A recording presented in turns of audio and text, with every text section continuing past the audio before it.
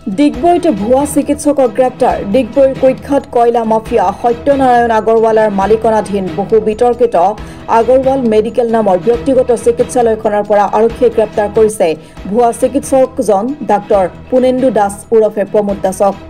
বিহাৰৰ সুমন ঝা নামৰ চিকিৎসকজনৰ পঞ্জীয়নৰ নম্বৰটোকে দাসে নিজৰ পঞ্জীয়ন নম্বৰ বুলি দেখুৱাই সুদীৰ্ঘ 19টা বছৰে চিকিৎসক চলাই আহিছিল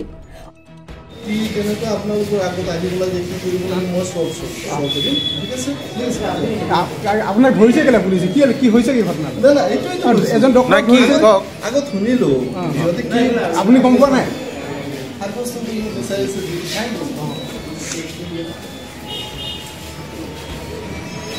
অসম মেডিকেল কাউন্সিল অফ ৰেজিষ্ট্ৰেশ্যনৰ অভিযোগৰ ভিত্তিত ডিগবৈ আৰক্ষীয়ে ডাক্তৰ পুনেন্দু দাসক আটক কৰে উল্লেখ্য যে ডিগবৈৰ বহু বিতৰ্কিত ব্যক্তিগত চিকিৎসালয় আগৰৱালা নাৰ্ছিং হোমখনত চিকিৎসকৰ ভুল চিকিৎসাৰ বাবে কেইবাজনো ৰোগীৰ মৃত্যুমুখত পৰাত তীব্ৰ প্ৰতিবাদৰ সৃষ্টি হৈছে তাৰোপৰি ব্যক্তিগত খণ্ডৰ চিকিৎসালয়খনত এপেণ্ডিক্স গোল্ড ব্লাডাৰ আৰু প্ৰসূতি প্ৰসৱৰ অস্ত্ৰোপচাৰ কৰে যদিও চিকিৎসালয়খনত আইচিইউৰ কক্ষ নথকাৰ লগতে জৰুৰীকালীন চিকিৎসা সেৱাৰ বাবে কোনো ধৰণৰ এম্বুলেন্স সেৱা নাই ভুৱা চিকিৎসকে দীৰ্ঘদিনৰ পৰা চিকিৎসা সেৱা চলাই অহাৰ বাবে কেইবাজনো ৰোগীয়ে প্ৰাণত্যাগ কৰিবলগীয়া হোৱা বুলি অভিযোগ তুলি চাহ জনজাতি ছাত্ৰ সন্থাই ব্যক্তিগত খণ্ডৰ চিকিৎসালয়খন সম্পূৰ্ণ সিল কৰি দিবলৈ দাবী জনাইছে চৰকাৰ তথা প্ৰশাসনক কাউন্সিলৰ ডাক্তৰ অভিজিত নিয়োগে মানে এটা অভিযোগ দিয়ে যে মানে কি ডিগবৈ মানে এজন হেৰি ভুৱা ডাক্তৰ মানে ওলাইছে তেখেতৰ মানে কি হেৰি পি পুনেন্দু দাস তেখেতক আমি এই লেটাৰখন পাই কাউন্সিলৰ লেটাৰখন পাই আমি তেখেতক সোধপোছৰ কাৰণে মাতি লৈ আনিলোঁ তাৰপিছত মানে কি উৰ্ধতম কৰ্তৃপক্ষৰ নিৰ্দেশ মতে বাকী কাম কৰা হ'ব চিকিৎসা যি হস্পিটেল আছে এইটো হ'ল আগৰৱাল নাৰ্ছিং হোম গতিকে বহুত আমাৰ ইয়াত জাতি জনগোষ্ঠীৰ মানুহে ইয়াত এই আশা লৈ আহে যে আমাৰ যি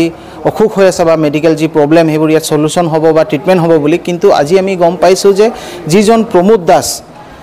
তেখেতে ফেক চাৰ্টিফিকেট লৈ পেলাই ইয়াত আমাৰ আগৰৱাল মেডিকেলত কৰ্মৰত হৈ আছে আৰু তেখেতক ইয়াত চাকৰি কোনে দিলে তেখেতৰ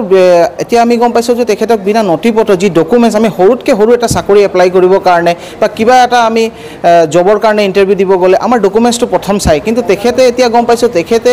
এটা ফেক চাৰ্টিফিকেট লৈ বা তেখেতৰ যিটো ডক্টৰ যিটো ৰেজিষ্ট্ৰেশ্যন নম্বৰ থাকে সেইটো কোনোবা বিহাৰৰ এজন ডক্টৰ চিকিৎসকৰ হয় বুলি গম পাইছোঁ আৰু অভিজিত নিয়োগ ডাঙৰীয়া যিটো মেডিকেল কাউন্সিলৰ তেখেতৰ যি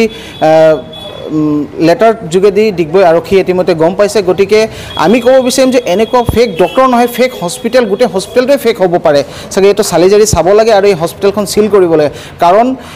ডিগবৈ অঞ্চলৰ পৰা অহা গাঁও চাহ বাগান বা চহৰৰ যিসকল ৰোগী সেইসকল আশা লৈ আহে যে ইয়াত আমাৰ চিকিৎসা হ'ব কিন্তু এনেকুৱা ফেক ডক্টৰবিলাক যদি ট্ৰিটমেণ্ট কৰি থাকে তেনেহ'লে আমাৰ যি সাধাৰণ ৰাইজ সেইসকল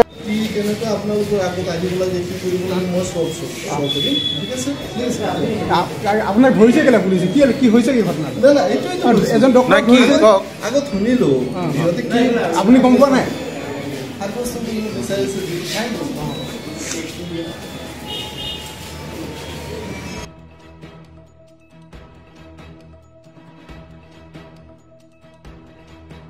ডিগবৈৰ পৰা হিৰা ফুকনৰ ৰিপৰ্ট অসম টুডে।